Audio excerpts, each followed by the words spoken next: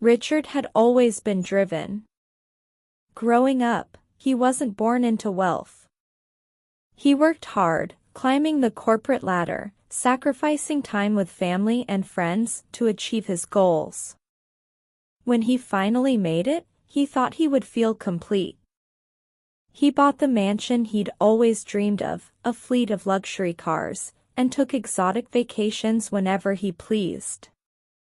People admired him and envied his success, and yet, in the quiet moments when no one was around, Richard couldn't shake the feeling that something was missing. One evening, after yet another business deal, Richard sat alone in his large, empty living room. He stared out the window at the world outside, feeling disconnected from it all. He had everything he ever thought he wanted, yet happiness eluded him. His work gave him money, but not meaning. His purchases gave him temporary excitement, but not fulfillment. One afternoon, while taking a rare stroll through the town, Richard spotted a group of children laughing and playing in the park. Their joy was infectious, and Richard found himself smiling for the first time in days. As he continued his walk, he came across Emma, a woman who lived in a modest house by the park. She was tending to her small garden, humming softly to herself. Her face was radiant with joy, even though her clothes were simple, and her home, though clean, was nowhere near as extravagant as Richard's. Intrigued by her obvious contentment, Richard stopped and asked, "You seem so happy. What's your secret?" Emma looked up and gave a warm smile. "There's no secret," she said simply. "I'm grateful for what I have." "But you don't have much," Richard blurted out, instantly regretting his bluntness. Emma just chuckled. "I have more than enough. My family, my friends, my health.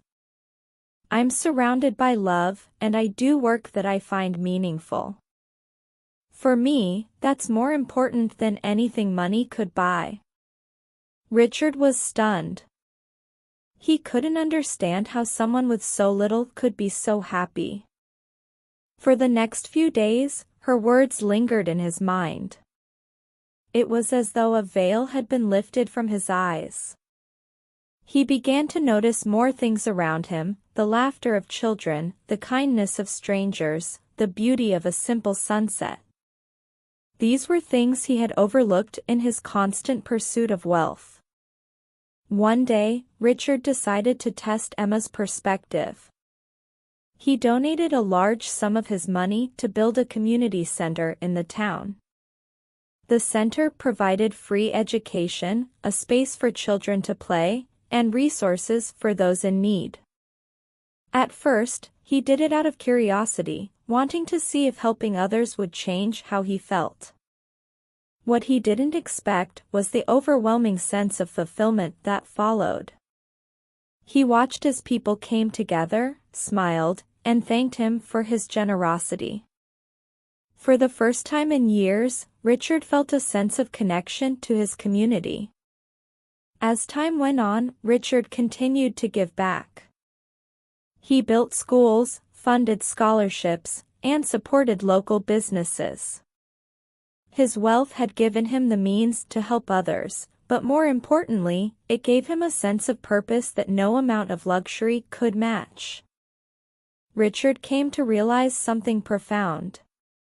While money can buy comfort and security, it can't buy the deep, lasting happiness he had been seeking all along. Happiness, he learned, came from within, from relationships, from giving, from being part of something larger than himself. One day, Richard returned to Emma's house. "You were right," he said with a smile. "Happiness isn't about how much you have, but about what you give." Emma smiled warmly. "It's something that many people with wealth never discover. But once you do, it changes everything." From that day forward, Richard continued to live a wealthy life, but it was no longer the material things that brought him satisfaction. His true wealth came from the impact he had on others and the joy that giving brought into his own life. Conclusion. So, does money buy happiness? Richard's story shows us that while money can provide comfort and opportunities, true happiness often lies beyond the material. It's found in relationships, in purpose, and in the simple act of giving. Let's learn some interesting words from the story. Fleet. Meaning, a group of vehicles, usually cars or ships, owned by one person or organization. Example, the company owns a fleet of delivery trucks for their business. Exotic. Meaning, something unusual, exciting, or from a foreign place. Example, she tried an exotic fruit from a tropical country that she had never seen before. Envied. Meaning, to feel jealousy or desire for something someone else has. Example, many people envied her because of her success and luxurious lifestyle. Eluded.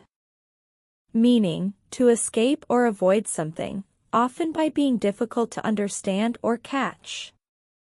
Example, the criminal eluded the police for months before they finally caught him. Rare stroll.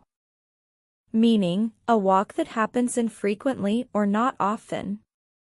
Example, he took a rare stroll in the park because he was usually too busy with work. Humming.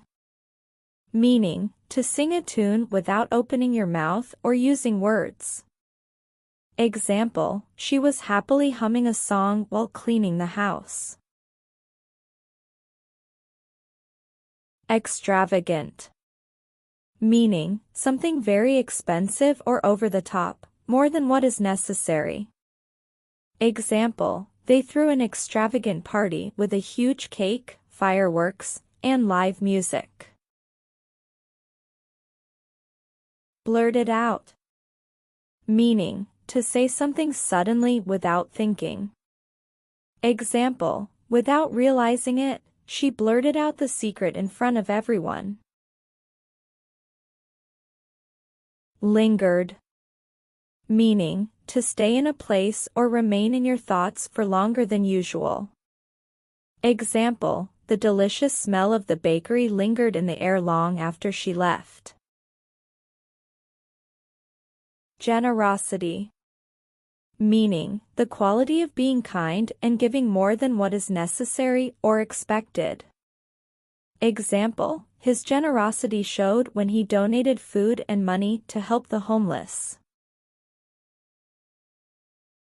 Don't forget to like, share, and subscribe. Until then, keep bright with Story Light.